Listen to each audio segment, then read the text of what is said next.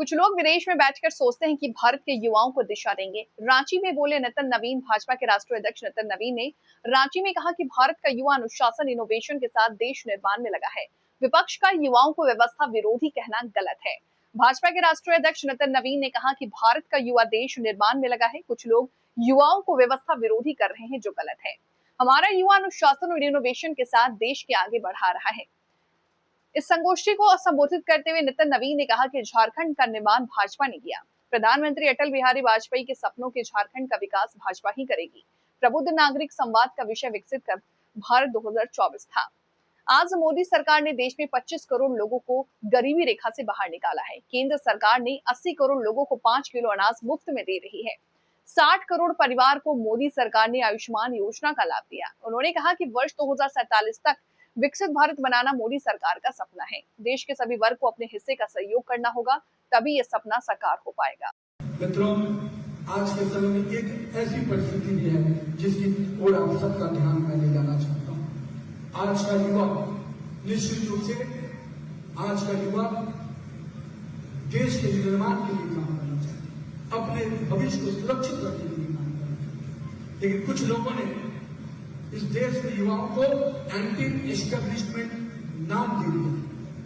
मैं मानता हूं कि देश का युवा इनोवेशन के लिए जाना जाएगा, देश का युवा क्रिएशन के लिए जाना जाएगा, पर उसी देशों के मुल्क में एक एंटी एस्टेब्लिशमेंट वर्ड चल रहा है।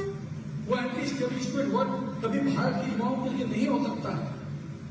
भारत का युवा निर्माण करने के लिए जानता है। भारत का युवा अनुशासन के साथ देश के निर्माण के लिए काम करेगा।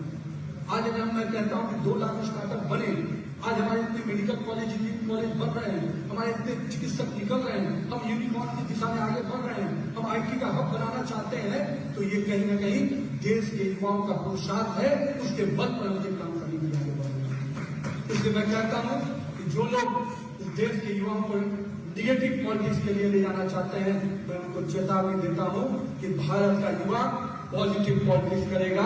हम लोकतंत्र के आधार पर निश्चित रूप से हर प्रकार का विरोध करेंगे, पर लोकतंत्र के मापदंड को खत्म नहीं करेंगे। कुछ लोग विदेश से बैठकर विदेश की जमीन पर बैठकर ये सोच लेते हैं कि हम भारत के युवाओं को दिशा दे देंगे। भारत का युवा किसान के साथ चौपाल में रहता है, किसान गांव के पगडंडियों में रहता है, हमारे कोचिंग इंस्टीट्यूट में रहता है, हमारे कॉलेज के कैंपस में रहता है।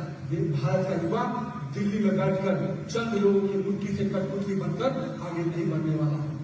आज बहुत बड़ा मैसेज मिला है देश के लोगों को। डिजिटल का उपयोग सकारात्मक रूप से हो सकता है। डिजिटल का उपयोग देश और युवाओं के निर्माण के लिए हो सकता है।